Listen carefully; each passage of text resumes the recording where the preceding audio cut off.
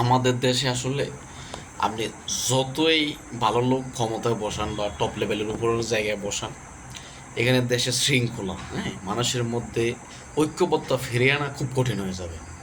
যেমন দেখা যায় সমস্যা হচ্ছে আপনার শিক্ষিত যোগ্য লোকেরা ঐক্যবদ্ধ নয়, মূর্খ ধান্দাবাজরা বেশি ঐক্যবদ্ধ। তারাই ঠিক করে সবার ভাগ্য, তারাই ঠিক করে সমাজের কথাবার্তা, তারাই ঠিক করে সমাজের রীতিনীতি। হ্যাঁ, এরা আসলে মানে এরাই সব কিছু করে আর কি। শিক্ষিত লোকেরা ঐক্যবদ্ধ হওয়ার কোনো সুযোগ হয় না, মানে তারা নিজেরাই হয় না। দেখা যায় মনে করেন শিক্ষিত লোকরা এক জায়গায় ঐক্যবদ্ধ হইলে ওই মানে বিভিন্ন লোভ লালসায় এরা আবার ছইটা পড়ে যায়। তো এই দেশে বুঝছেন, যতদিন পর্যন্ত শিক্ষিত মানুষগুলো ঐক্যবদ্ধ না হইতে পারবে এবং বিভিন্ন লোভ লালসা সব কিছু ত্যাগ করে যখন তার এক সাইডে চলে না আসতে পারবে, ততদিন এই দেশের শান্তি শৃঙ্খলা, আপনি ডক্টর মোহাম্মদ ইউনূস একা ভালো হইলে কাজ হইব না। এখানে সবার ভালো হওয়া লাগবে, মানে আমার নিজেরও ভালো হওয়া লাগবে, আপনার ভালো হওয়া লাগবে। এখন দেখা যায় সেই লোক, আপনি ডক্টর ইউনূস থাকে রাজধানীতে, সে ওখান থেকে একা ভালো। আমি দেখি সেই কি আমাজন জঙ্গলের মধ্যে, আমি মনে থেকে ওদের চুরি করি বাটপারি করি, সে আমার কয়দিন তারাইবে? আমার মতো একজন হইলে তারাইবে। 17-18 কোটি 20 কোটি মানুষের কীভাবে সম্ভব? কোনোদিনও সম্ভব না। মানে আপনি যদি মানে আপনার যদি আরও যদি পুলিশ যদি আরও মনে করেন 2-5 লাখ বাড়ান, হ্যাঁ, আরও বিভিন্ন ফোর্স যদি আরও বাড়ান, অসম্ভব জিনিস। যদি মানে নিজেরা ভালো না হই তাহলে কোনোদিনও সম্ভব না। আর নিজেরা ভালো বলতে বিশেষ করে আবার শিক্ষিত সমাজ যেটা আছে এটাও যদি ঐক্যবদ্ধ হয় অনেকটা সম্ভব বোঝানোর জন্য। শিক্ষিত সমাজগুলো এই লেগে ঐক্যবদ্ধ না।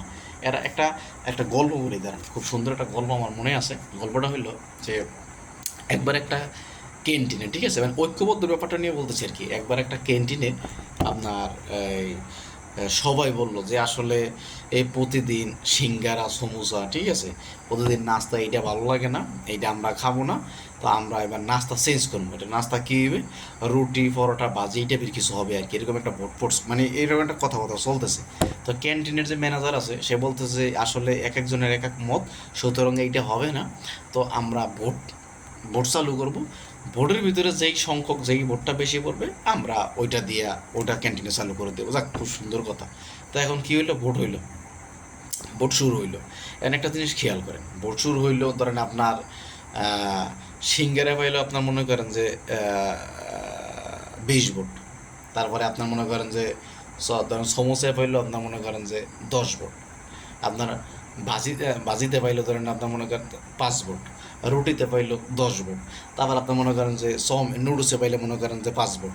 তারপরে আপনার হলে গিয়া ওই কী বলে এই ধরেন ওই যে বাটার রুটি বা মাখন এগুলোতে পাইলে ধরেন 12 ভোট। তারপরে আপনার ওই যে বিভিন্ন রোলে ভেজিটেবল রোলে পাইলে আপনার হলে গিয়ে 9 ভোট। তারপর আপনার হলে গিয়া এই বিস্কিট চা এগুলোতে পাইলে আপনার ধরেন 13 ভোট। এরকম করতে করতে করতে করতে দেখা যাইতেছে 100 অলরেডি 100% ভোট কাস্ট করা হয়ে গেছে।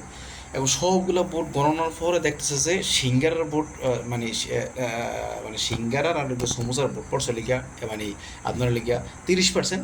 আর বাকি অন্য অন্য ভোট পড়ছে 70%। কিন্তু অন্য অন্য ভোট পড়লেও একাধিক ভোট কোনোটার উপরে নাই, মানে সবগুলো হয়েছে গিয়ে ওই যে সিঙ্গারা সমোসার ভোটের থেকে নিচে। তা দিন শেষে মানে আপনি এই যে মানে 30% লোক, শতকরা মনে করেন যে 30% লোক এখন ওই 70%-এর যে মিল না হওয়াতে তারা যদি সবাই একসাথে হয়ে একটা ভোট দিত তাহলে ওইটা হয়ে যেত। তারা মনে করেন যে কেউ দিছে মানে রুটি, কেউ দিছে বাটার, কেউ দিছে নান, কেউ দিছে আপনার পাউরুটি, কেউ দিছে টোস্ট, কেউ দিছে বিস্কিট। এগুলাতে দেওয়ার কারণে ভোটটা মানে বিচ্ছিন্ন হয়ে গেছে, মানে অনেক কম পড়ছে, 2% 3% করে ভোট পড়ছে। তা দিন শেষে ওই সিঙ্গারার আর সমোসার ভোটটা বেশি হতে আবার সিঙ্গারার সমোসায় আবার সেই পরবর্তীতে ক্যান্টিন আবার চালু হয়ে গেল। কারণ ওরা ঐক্যবদ্ধ ছিল, ওই ওই 20% বা 30% ঐক্যবদ্ধ ছিল, তাই আবার ওই ওই সিঙ্গারা সমোসাতেই ভোট দিছে। আর ওই বাকিগুলো দিতে পারে না। তো আসলে ঐক্যবদ্ধ জিনিসটা খুবই গুরুত্বপূর্ণ।